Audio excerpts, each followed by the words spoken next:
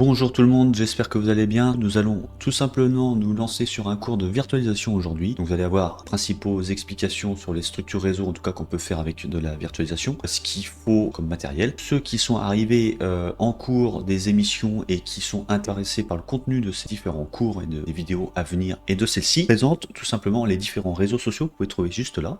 Ou alors vous pouvez tout simplement aller sur la petite cloche de notification que vous voyez juste là, à l'écran là, c'est ici. Bah, mets-le à l'affiche là, s'il te plaît. Là. Et du coup, cliquez sur la petite cloche de notification et comme ça, vous allez avoir les dernières actualités. Et on se retrouve juste après ceci.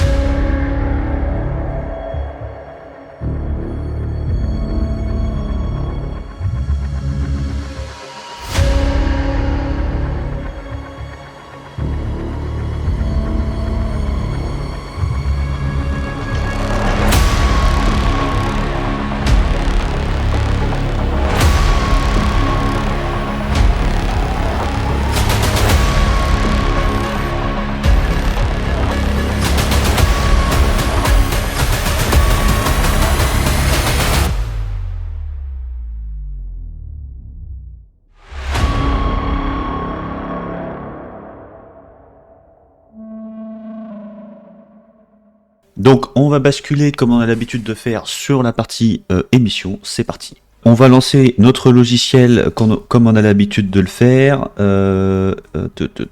Voilà.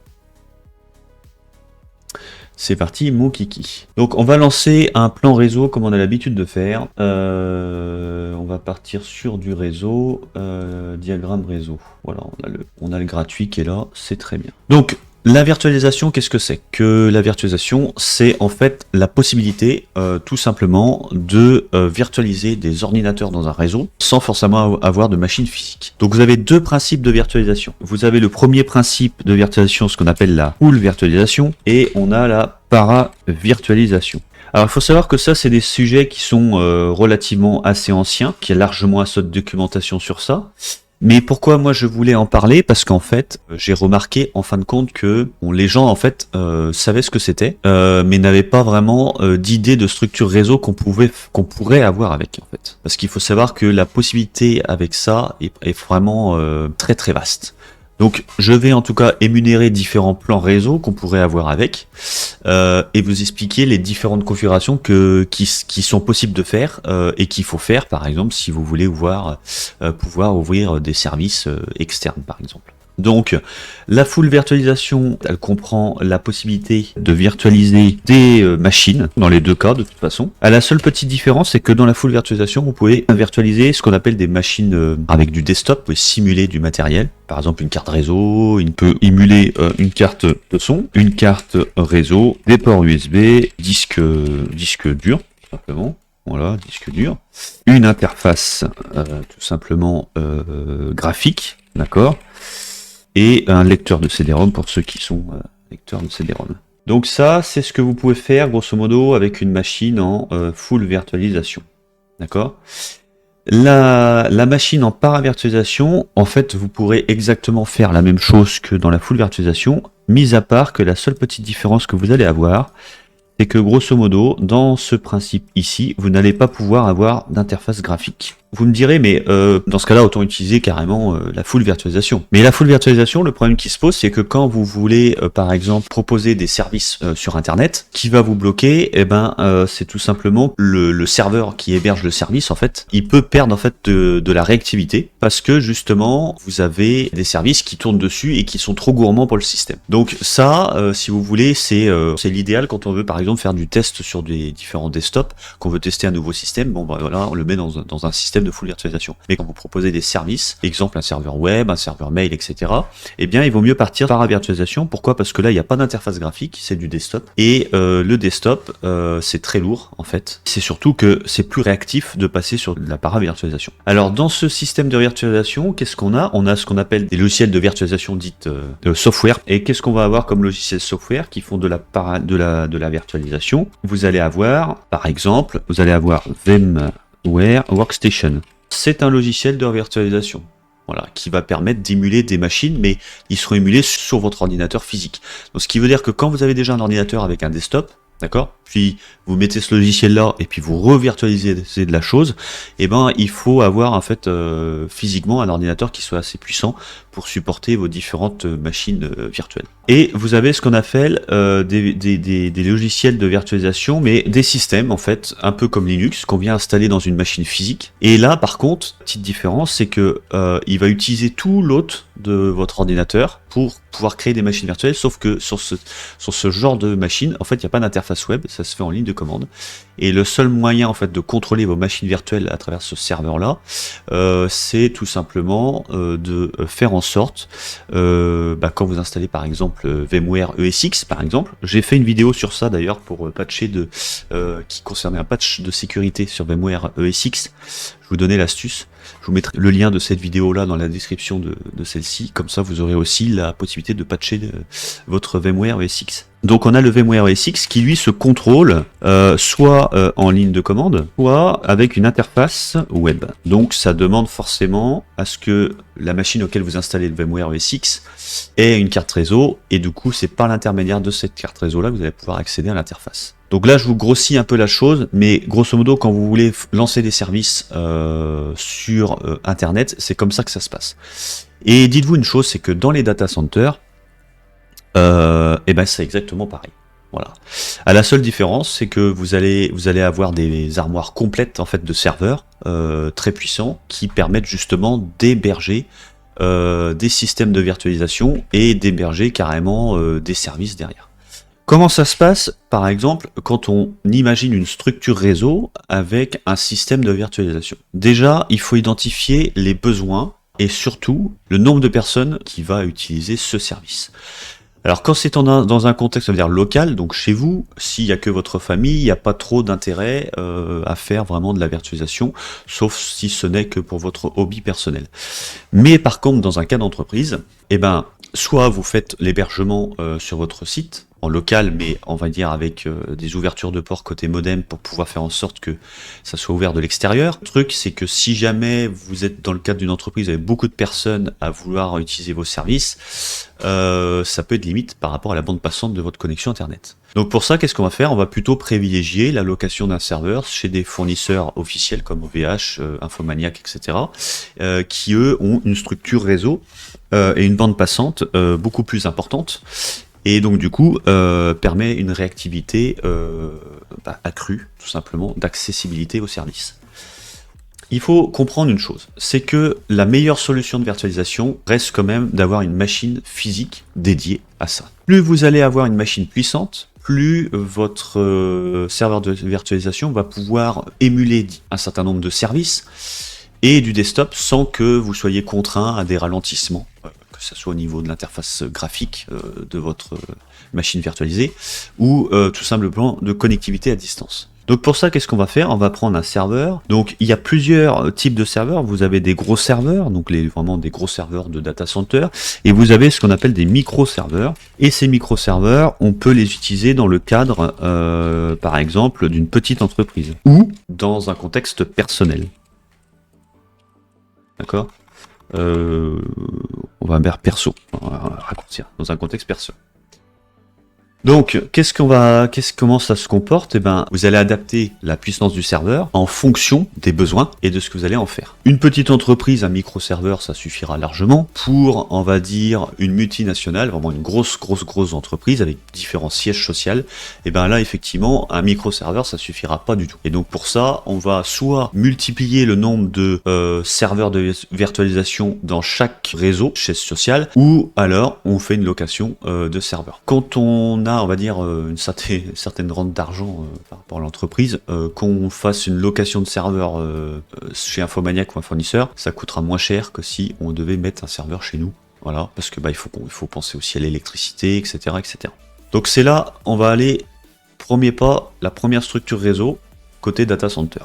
Donc chez le data center, vous avez ce qu'on appelle, toujours pareil, vous avez un modem, et ce modem-là, qu'est-ce qui va se passer? Vous allez avoir bien sûr des sécurités comme des firewalls, donc on va mettre un joli firewall, et ce firewall-là, lui, c'est là où tout le réseau derrière est planqué. Parce que dans tous les data centers, il y a forcément des systèmes de sécurité.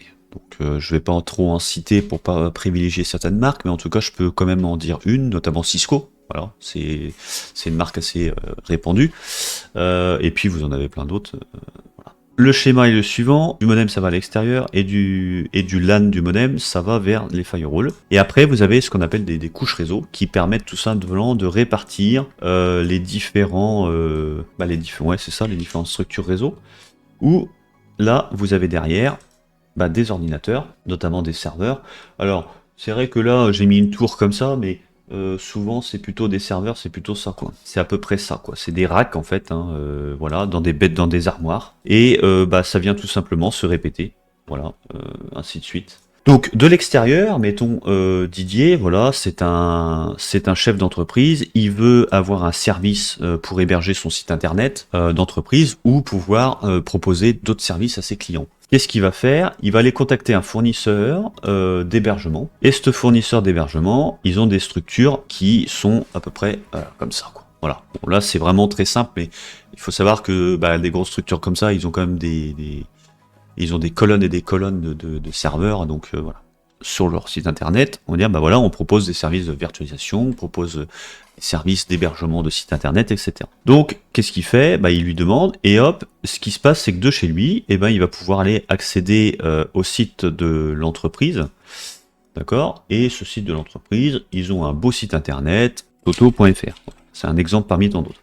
Toto.fr, voilà, ils proposent des services.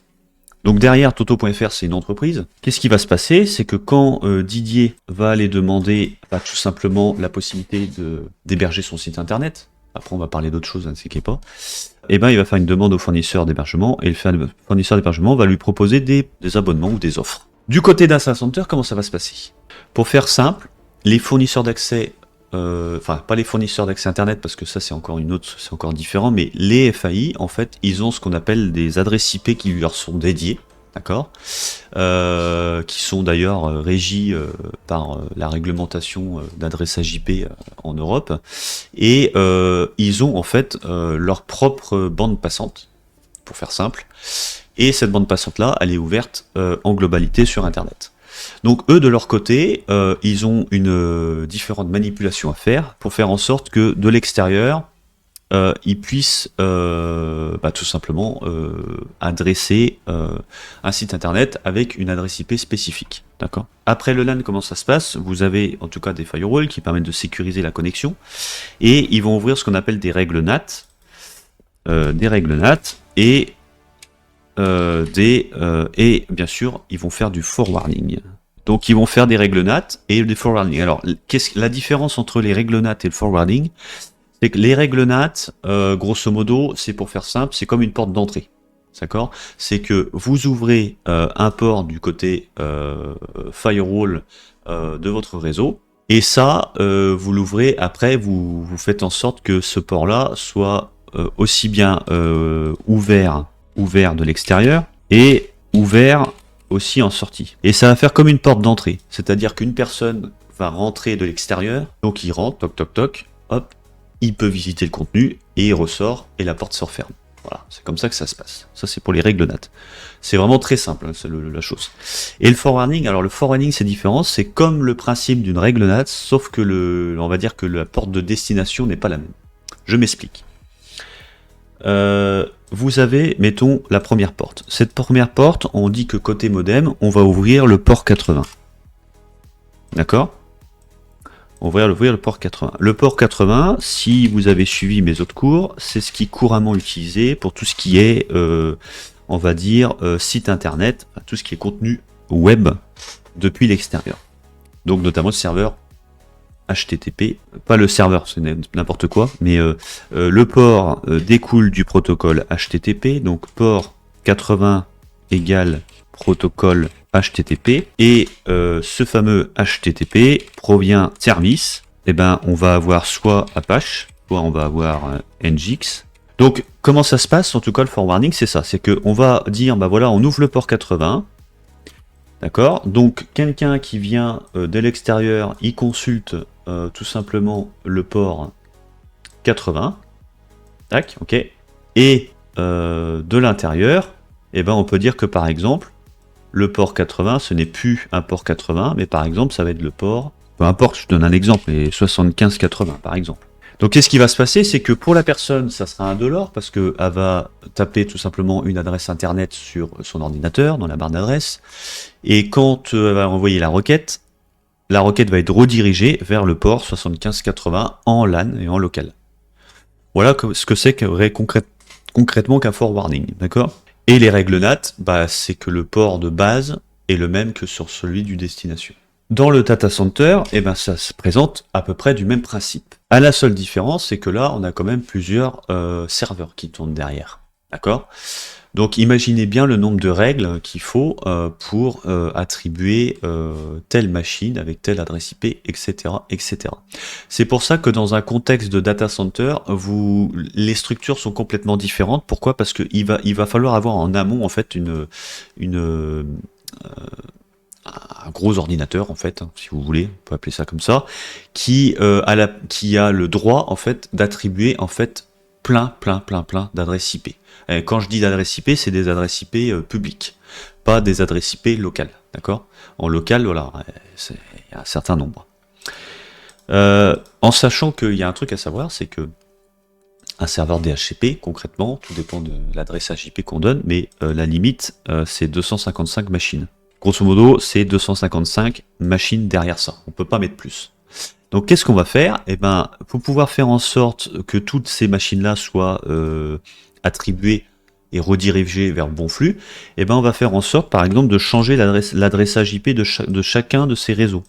Et pour ça, on va utiliser ce qu'on appelle des passerelles.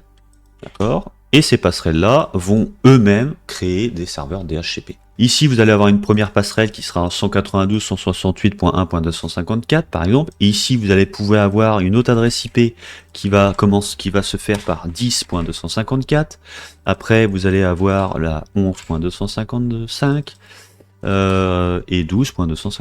Ça, c'est un exemple, hein, d'accord? Et qu'est-ce qui va se passer? C'est que comme on aura attribué en fait différentes plages réseau à ces différents bêtes brassage de serveurs, il va falloir faire en sorte que tous ces flux-là soient redirigés après vers le modem.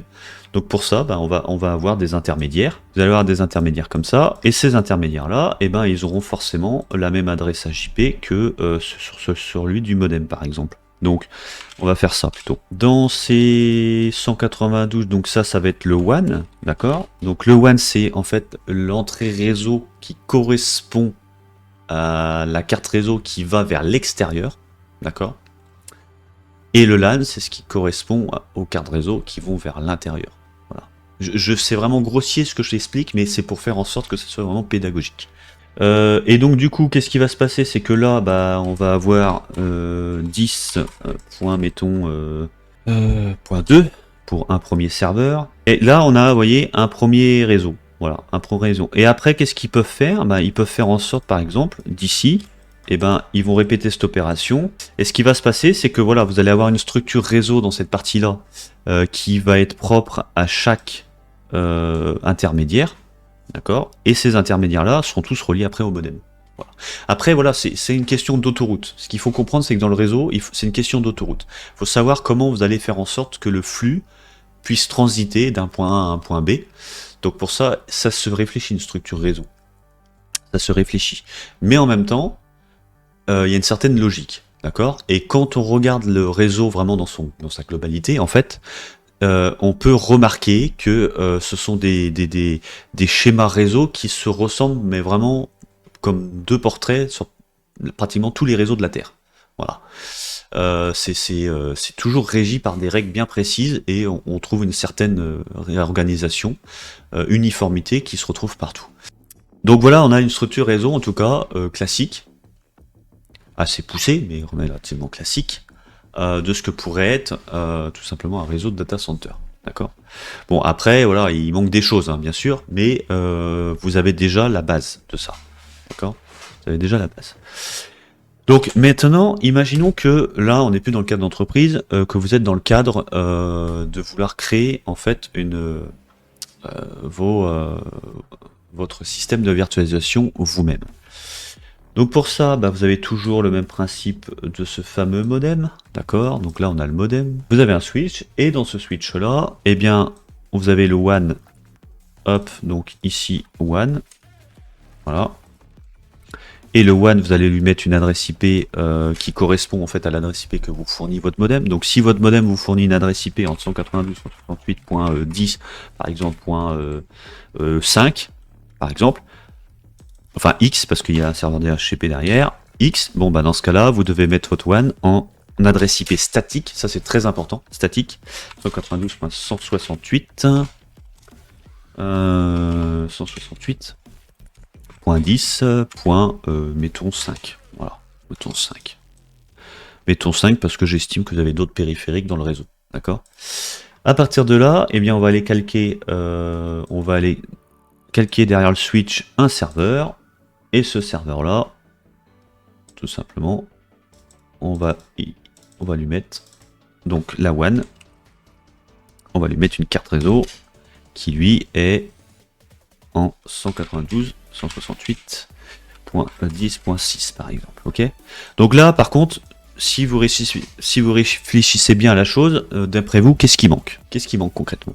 Et bien là, par exemple, pour moi, en tout cas, il manquerait un firewall. Toujours quand je fais des réseaux, je mets toujours un firewall derrière. Donc j'élimine ça et je vais mettre un firewall derrière. Donc le WAN, je le branche sur le LAN. Attention, hein, le LAN, d'accord? Donc le LAN. Et le LAN, lui, me fournit un DHCP. Et ce DHCP là, lui, il attribue des adresses IP de 10.250.30.255. Voilà, ça c'est le serveur DHCP. Donc bah, je vais modifier mon adresse WAN ici. Donc là, je vais mettre 10.250.32. Voilà, pour avoir une hiérarchie réseau structure normale. Et le WAN, ici, et ben c'est là que je vais le mettre en adresse IP statique. Je vais dire que je le mets en 192.168.10.6 par exemple. Tac. Et donc, qu'est-ce qui se passe? C'est que le WAN, lui, après, il va venir se connecter au switch. Et du switch, ça va au modem. Donc vous, bah, qu'est-ce qui se passe? Alors, soit vous êtes au niveau de ce réseau-là. Le problème, c'est que, bah, côté firewall, il va falloir ouvrir un certain nombre de ports pour faire en sorte d'accéder au service qui est derrière. Ou alors, vous faites en sorte que cet utilisateur-là soit connecté sur le même réseau que celui-ci pour ensuite accéder au service. Alors pour ça, il y a plusieurs solutions. Pour moi, en matière de sécurité, ce qu'il faudrait faire à ce niveau-là, en fait, il faudrait créer un intermédiaire. Pourquoi je vous dis ça? Parce que en fait, si vous avez l'utilisateur qui n'est plus là, mais qui est par exemple ici, donc il est en dehors il est en dehors du firewall, donc derrière, et ben il va falloir que sur son adresse, enfin en tout cas pour accéder, mettons à VMware, il va falloir qu'il tape HTTP IP VMware et qu'il rajoute un port. Mettons 75-40 par exemple.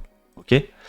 Pourquoi je vous dis ça? Parce que si jamais, parce qu'il pourra pas accéder en direct comme ça, il va falloir faire en sorte que au niveau du firewall, il va falloir ouvrir une règle NAT. Et là, vous ouvrez le port 75-40. Et ce port 75-40, vu qu'il sera ouvert de l'extérieur, d'accord? Et ben, la chose, c'est que le Didier qui sera là, en fait, va faire ça. Vous voyez, hop, ça va passer au niveau du firewall et il va pouvoir accéder à sa machine. D'accord? Donc il y a quand même le firewall ici qui protège ce réseau-là. Mais on va dire que moi, ça serait pour moi, personnellement, voilà comment je le ferais. Je ferais directement à ce niveau-là. Je mettrais en fait un autre routeur. Cet autre routeur-là, je garderai à peu près la même adressage IP que sur le serveur. Au niveau du firewall. Ici, je ferai ça en fait. Soit je le garde sur la même structure réseau, soit alors je lui dis, bah non, moi je veux que le serveur DHCP commence par 10, toujours pareil, .250, mettons .20.254. Bah qu'est-ce qui va se passer? C'est qu'ici, forcément, il va falloir changer l'adresse IP. Donc, ici, on va mettre 20. Et qu'est-ce que je ferai? C'est que moi, eh ben c'est très simple. Pour bien sûr sécuriser la chose, je le ferai connecter sur ce qu'on appelle couramment un VPN, tout simplement. À partir de là, le Didier, pour accéder au serveur ici, est obligé de passer par un VPN pour accéder au contenu du serveur. Mais après, vous pourriez très bien faire comme ceci, hein. Aussi, c'est pareil. Hein. L'essentiel, c'est qu'il faut sécuriser la connexion. C'est ça qui est important, en fait. Vous pourriez très bien être là, et par contre, Didier, au lieu de se connecter comme ça en direct au niveau de machin, eh ben, il passerait par le premier réseau, et du premier réseau, il irait ensuite se connecter ici. Et au niveau du firewall, ça passerait ici, ça irait dans un VPN là, et après ça se connecterait au serveur de virtualisation ou un service sécurisé du moins. D'accord? Donc il faut savoir un truc, c'est que ça permet de sécuriser vraiment bien la chose, mais le problème qui peut se passer par rapport à ça c'est un truc à prendre en compte, c'est que grosso modo, ça peut ralentir le flux. Donc ça, c'est un peu au goût de chacun. Moi, en tout cas, c'est ce que je ferais si j'avais par exemple une bonne connexion, etc., et que mes cartes réseau, je sais que c'est du 1 gigabit, enfin voilà. Par contre, si c'est un petit réseau, eh ben, vous pouvez faire en sorte, par exemple, d'outrepasser à la rigueur votre firewall, d'accord, bien que je vous le recommande pas. Et dans ce cas-là, vous faites ceci comme réseau. On est à 192, donc ici, je reste sur le 192.168.10.6, d'accord. Et ce que je fais, c'est qu'à ce niveau-là, pour le sécuriser la connexion dans le LAN, eh bien, je vais prendre tout simplement un modem qui propose la possibilité d'avoir un serveur VPN intégré. Alors je peux vous dire quel genre de routeur derrière propose ça. Vous avez celui-ci. Je vais essayer d'accéder moi à partir de mon réseau. Voilà. Donc ici vous avez j'ai un routeur moi, d'accord, qui me permet de faire la bascule entre le réseau 4G et le WAN côté internet. Donc, mais quand je vais dans les paramètres avancés, paramètres généraux, vous voyez ici j'ai un VPN. Voilà, je peux l'activer. Là, je l'ai pas fait parce que ça risque de ralentir un peu la connexion là sur le stream, mais je l'ai fait. Si je fais ça, ça permet tout simplement de sécuriser la connexion depuis l'extérieur. D'accord? Et l'avantage de faire ça, c'est que vous pouvez non seulement sécuriser votre connexion depuis l'extérieur, mais vous pouvez aussi sécuriser les connexions dans le LAN. Du coup, c'est chiffré. Donc, la moindre attaque de l'extérieur, si par exemple quelqu'un venait à faire une attaque MITM, le problème qui se pose, c'est que ça serait une connexion chiffrée. Voilà. Donc il ne pourrait pas faire grand chose. D'accord? Voilà. Voilà pour la structure réseau, en tout cas, pour ça. Donc là, je vous ai montré les structures réseau. D'accord? Donc ce qu'on va faire, c'est que dans quelques minutes... Attends, j'ai le nez qui me dérange. Ce qu'on va faire, c'est que dans quelques minutes, en fait, on va reprendre le cours. Et là, par contre, je vais, grosso modo, vous expliquer concrètement ce qu'il y a dans un serveur de virtualisation, des composants, enfin voilà, tout ce qu'il faut pour pouvoir faire en sorte d'émuler la chose. Et je vais vous montrer quelques exemples de virtualisation. On regardera sur Internet parce qu'il y a déjà des images qui montrent un peu les interfaces web des différents logiciel de virtualisation. D'accord? Donc en tout cas, on se retrouve juste après cette petite courte page tout simplement de publicité. Ok? Voilà. Et voilà. Alors. Vous allez bien en tout cas. On va attendre un peu avant de recommencer. Peut-être qu'on va avoir du monde qui va arriver. Donc quand vous avez du coup la possibilité d'un serveur du coup de virtualisation, voilà, il va falloir grosso modo avoir un certain nombre de paramètres et notamment de matériel pour pouvoir virtualiser, on va dire correctement, sans vous embêter. La première chose à avoir, c'est avoir un maximum que peut supporter votre serveur de RAM. D'accord? Maximum de RAM. Il vous faut 2 processeurs Xeon au moins. Voilà. Avec un certain nombre de cœurs. D'accord? Alors après, par exemple, la quantité de stockage, ça peut être important. Alors soit vous partez sur du SSD, d'accord, notamment pour installer le système. Moi, c'est ce que j'ai fait. J'ai pris un SSD pour le système. J'ai même 3 disques parce que j'ai même j'ai 2 disques physiques, donc disques mécaniques comme on dit. Premier stockage des fichiers ISO, d'accord. Et le deuxième, stockage des VM, donc des machines virtuelles, d'accord. C'est sur le deuxième que c'est important d'avoir une quantité de stockage assez importante. Pourquoi? Parce que si vous faites beaucoup de production, il faut pas lésiner sur les moyens, comme on dit. Sur le mien en tout cas, c'est un disque dur de 14 TO. Alors déjà, on va aller sur un site. Donc, hop. Donc je vous montre ici. Hop. Donc ici, vous tapez VMware. D'accord. Le 6i, voilà, download. Donc c'est celui-ci. Voilà. Donc ici, vous pouvez tout simplement aller sur le site. C'est totalement gratuit. Vous pouvez venir télécharger la version, on va dire, de VMware et ensuite d'installer sur votre machine. Alors, comme je vous ai dit tout à l'heure, vous avez les systèmes de virtualisation logicielle, donc notamment celui-ci. Ça, c'est un logiciel de virtualisation. Vous avez VMware Workstation. Voilà. Voilà, VMware Workstation, d'accord. Voilà, Workstation Pro. Voilà, ça va être un logiciel que vous allez installer sur votre ordinateur et qui va permettre tout simplement de virtualiser des machines. Bon, comme je vous ai dit tout à l'heure, le seul bémol de ça, c'est que ça demande que votre ordinateur soit relativement puissant pour supporter ça. Donc ça, c'est un hyperviseur, enfin, c'est même un logiciel de virtualisation, mais ce qu'on peut appeler un hyperviseur, d'accord, mais logiciel. Ici, on a le VMware OS X, donc ça c'est un système, un peu comme Linux, qui s'installe sur une machine, et là par contre, effectivement, c'est beaucoup plus stable, d'accord, c'est beaucoup plus stable, beaucoup plus efficace, et c'est un hyperviseur. L'hyperviseur, qu'est-ce que c'est? C'est comme une bibliothèque, imaginez ça un peu comme une bibliothèque, qui va permettre de gérer toutes vos machines virtuelles. Donc c'est pas cet intermédiaire-là d'hyperviseur, d'accord, que vous allez pouvoir contrôler tout, et ajouter des cartes réseau, des cartes son, etc., etc. Voilà. Donc prenez bien, en tout cas, la chose, c'est que dans un système de virtualisation, vous avez la full virtualisation, vous avez la para-virtualisation, maintenant vous savez la différence, et vous avez les virtualisations logicielles et les virtualisations, on va dire, système. Qui dit système dit hyperviseur, et qui dit logiciel dit, par exemple, VMware Workstation. D'accord? Voilà. Donc à quoi ça ressemble? Ça ressemble à peu près à ça, donc je vais essayer de zoomer à peu près, hein, parce que là... Est-ce que vous donnez le... Voilà. Voilà, là on va avoir une image. Voilà, là on a grosso... Oh, c'est vrai que si je coupe comme ça...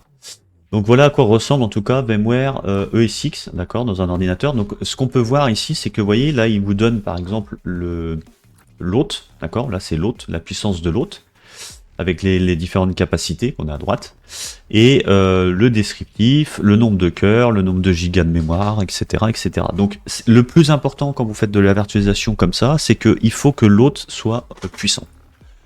Si l'hôte est puissant, vous allez après pouvoir émuler ici à gauche tout un tas de machines virtuelles. Et ces machines virtuelles-là, soit vous les contrôlez avec un logiciel de prise en main à distance, par exemple que ce soit AnyDesk, ou soit par exemple TeamViewer, ou soit alors vous avez un logiciel qui est directement intégré en fait à VMware OS X que vous pouvez installer sur l'ordinateur, et il fait le même principe en fait que un logiciel de prise en main à distance, c'est exactement pareil, d'accord. Donc vous avez celui-là, et après vous avez le Workstation. Alors le Workstation, alors est-ce que je l'ai là? Alors, je vais peut-être pas installer sur cette machine là, mais en tout cas, alors VMware, on va aller dans les images, ouais, voilà à quoi il ressemble. Donc là il donne toutes les installations, voilà, et à quoi il ressemble à ça quoi. Alors je zoome, voilà, il ressemble à ça.